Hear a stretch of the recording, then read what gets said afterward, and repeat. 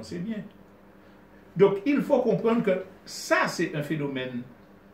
Et que la question du virus, je la reglisse dans ça, est liée au fait, les savants le disent, que le changement climatique, c'est l'une des causes de la multiplication des virus et de leur mutation. De même qu'ils disent que les recherches qui sont faites dans le cadre de la guerre, enfin certains le disent, pas tous, dans le cadre de la guerre bactériologique, qu'ils préparent. États-Unis, Français, Chinois qui ont préparé, ils ont fait recherche pour dire est-ce que nous pouvons trouver un virus et pour voler en l'ennemi. C'est la tradition de la lutte. Imaginez que en France, quand on a parlé de l'épidémie de peste qui avait tué 30 à 40% de la population européenne, ça c'est simple à faire. Les civilisés, les Européens là, ils étaient allés prendre un corps qui était mort et puis la peste, mettez à dans catapulte et puis voyez ça dans les villes ou bien les camps militaires adverses pour cimer la peste. C'est des fous. Si les États-Unis ont lâché des bombes nucléaires, aujourd'hui nous sommes le 8 août, le 6 août et le 9 août à Hiroshima et Nagasaki, pour faisant des centaines de milliers de morts, faisant qu'aujourd'hui encore les enfants naissent avec des malformations. Ça n'est pas trop fort pour que vous fassiez un essai expérimental en sachant que les enfants de nos enfants pourront naître avec des difficultés. Donc, j'ai parlé là du virus pour dire que le virus, les mutants, seront par milliers. On le sait.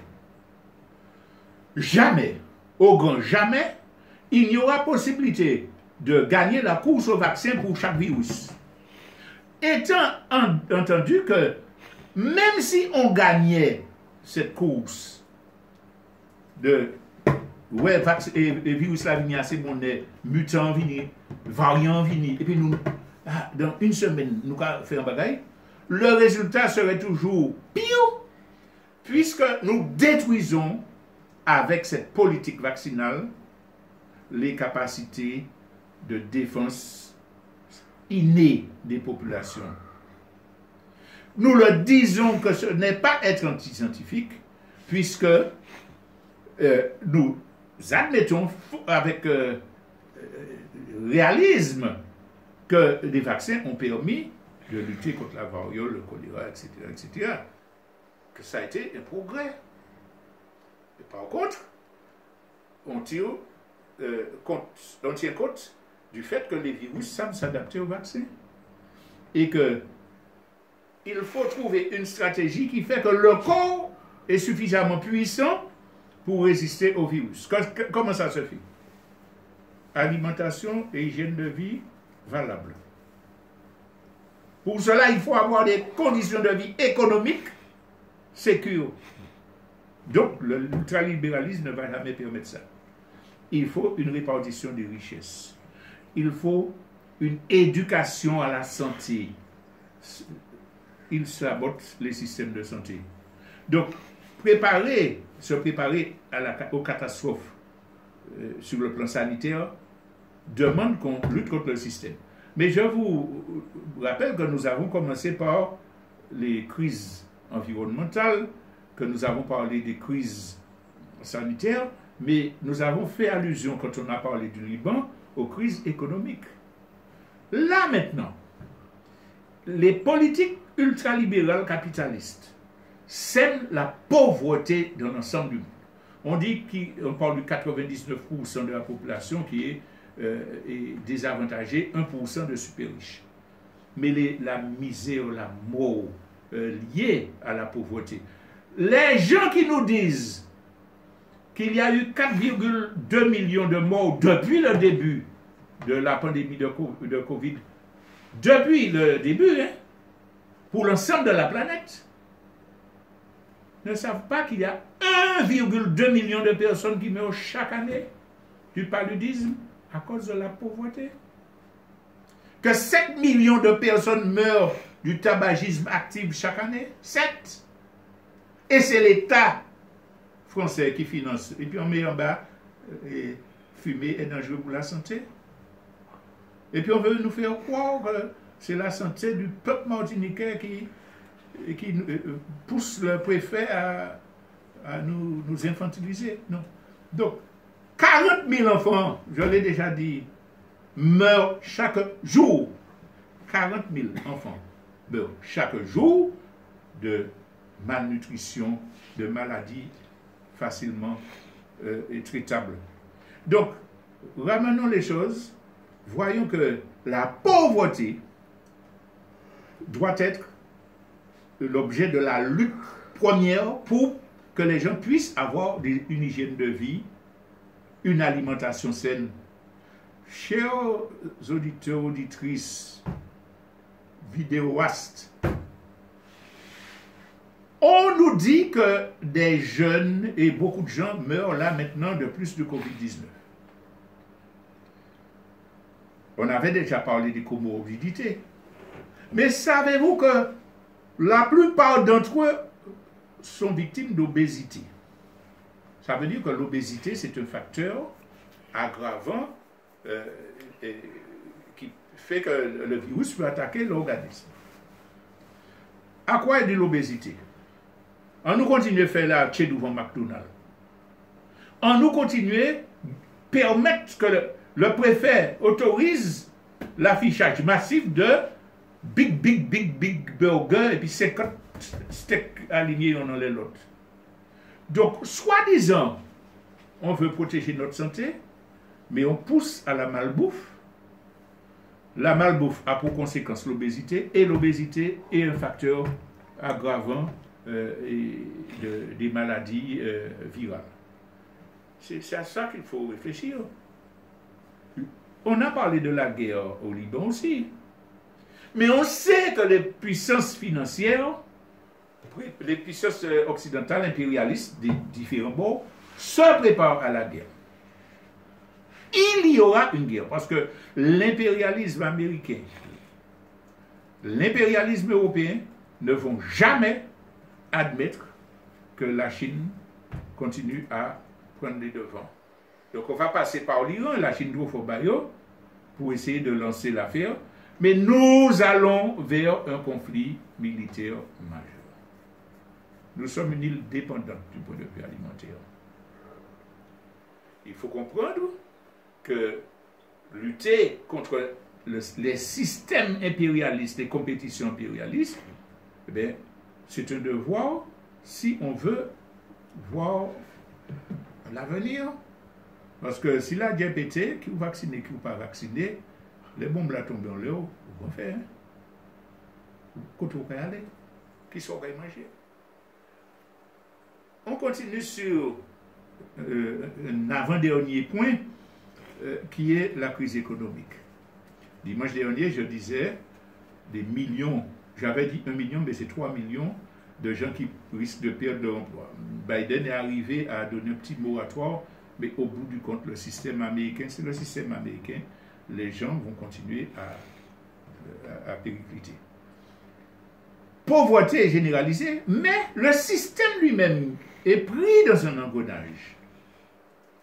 Parce que comme les multinationales commandent et que les gouvernements obéissent, c'est ce que les multinationales ont prévu en matière économique, en stratégie économique qui s'applique, et rien d'autre. Quel est le jeu économique actuel? C'est investir où ça rapporte, où les dividendes, les profits sont à deux chiffres, hein, etc. On sort, on va, on part, on revient, etc. Et puis, c'est la spéculation financière qui guide. Mais ça ne peut pas aller parce que ça entraîne la industrialisation, Et ça, c'est la pagaille, c'est l'anarchie dans l'organisation, les faillites, etc. Le plan aujourd'hui, c'est pour contourner les mobilisations, pour contourner les conventions collectives syndicales, de généraliser le télétravail. Vous voulez travailler pour Chrysler aux États-Unis, vous pouvez le faire d'ici ou d'ailleurs, par ordinateur, au prix où ils veulent, à leurs conditions. Vous allez vous syndiquer. Le télétravail, c'est une façon de casser toute forme d'organisation et d'espionner massivement. On passe sur cet aspect. Bon.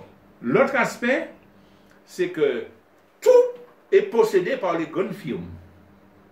Quand le préfet autorise à aller dans les grandes surfaces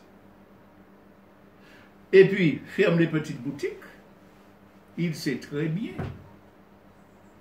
que dans une petite boutique, il y a moins d'allées et venues que dans une grande surface. Mais la petite boutique va couler et la grande surface va continuer. Donc on aura des grandes chaînes qui vont récupérer les petites entreprises qui ont fait faillite et tout le monde va travailler sous franchise. J'en avais déjà parlé. Au bout du compte, cette façon de faire désorganise le système qui prévalait jusqu'alors, système financier, type de circulation des capitaux, etc., se place dans un moment où la monnaie, qui est le cœur de l'économie capitaliste, qui permettait aux États-Unis de faire fonctionner la planche à billets, c'est-à-dire fait papier dollar, parce que tout le monde est obligé d'utiliser, sans que ça ne s'appuie sur une économie réelle.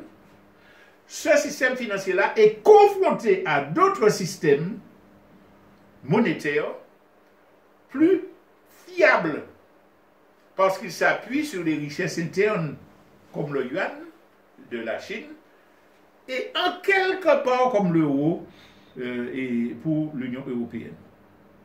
Mais l'Union européenne étant dépendante du schéma états-unien, du schéma du dollar, quand le dollar va plonger, ils vont plonger aussi. On va obligatoirement vers une crise financière majeure. On ne pourra pas y échapper. Et c'est la monnaie qui est le cœur de la circulation capitaliste. Comme Macron dit, je donne 100 millions au Liban. Et bon, on va aider les petits commerçants financièrement, etc. Au moment du crack financier majeur, ce sera pire qu'en 1929. C'est pour ça d'ailleurs qu'il se prépare à imposer des régimes fascistes ouverts. L'économie va s'effondrer. Les irresponsables qui continuent à dire, pour développer le pays, il faut se voir consommer les subventions européennes. Il faut attirer les investisseurs. Mais enfin, attirer investisseurs, ça veut dire attirer les capitalistes là qui viennent chercher l'argent et qui participent à faire. Donc cette crise majeure doit s'ajouter à tout ce que nous avons dit pour dire qui est vacciné, qui n'est pas vacciné. Qui m'en aurait fait à un moment là. Dernier point, avant de tirer la conclusion, c'est que nous, Martinique, là, nous sommes dans une situation très dangereuse parce que tout ce dont nous avons parlé peut tomber sur nous et nous sommes dépendants. Nous ne sommes pas capables nous n'avons pas le droit de prendre une position politique, nous ne sommes pas souverains. Donc, nous ne pouvons pas nous préparer collectivement et massivement contre tous ces fléaux-là. Mais le gouvernement français qui est en difficulté, l'impérialisme français est en train d'être chassé de son précaré africain. Allez, qui est contesté partout. il a déjà décidé et il s'organise pour écraser les colonies directes qu'il dirige de façon à pouvoir rebondir. Parce que grâce à ces colonies-là, il est dans différents continents, il a des zones maritimes qu'il contrôle, etc., etc. Il a le centre de Kourou, où il peut rebondir, etc. C'est pour ça qu'ils accélèrent la politique de génocide par substitution. Autre droit de là que je m'y mette. C'est pour ça qu'ils essaient de tuer les petites entreprises et le petit commerce en se cachant derrière le prétexte de lutte contre la pandémie. Donc nous sommes dans une situation difficile. Mais en même temps, nous avons la chance d'avoir un peuple ingénieux, une jeunesse combattante. Beaucoup ont été détruits par le système scolaire, mais il y a une kyrielle qui, par leur courage, sont arrivés à être experts dans tous les domaines nécessaires au développement d'un pays. Donc nous avons cette chance-là et nous avons déjà collectivement commencé à suppléer aux incompétences voulues du gouvernement français. Hier encore, on nous a dit, des gens présentaient des ébapiques sous la savane. Et c'est tous les jours et partout qu'il y a des initiatives pour relancer l'autosuffisance alimentaire, la médecine traditionnelle. Mais il faut aller plus loin. Il nous faut faire tout cela converger avec un... Je suis martiniquais, je suis martiniquaise. Que je vive sur le territoire national, que je vive dans l'immigration, j'ai pris conscience de la situation.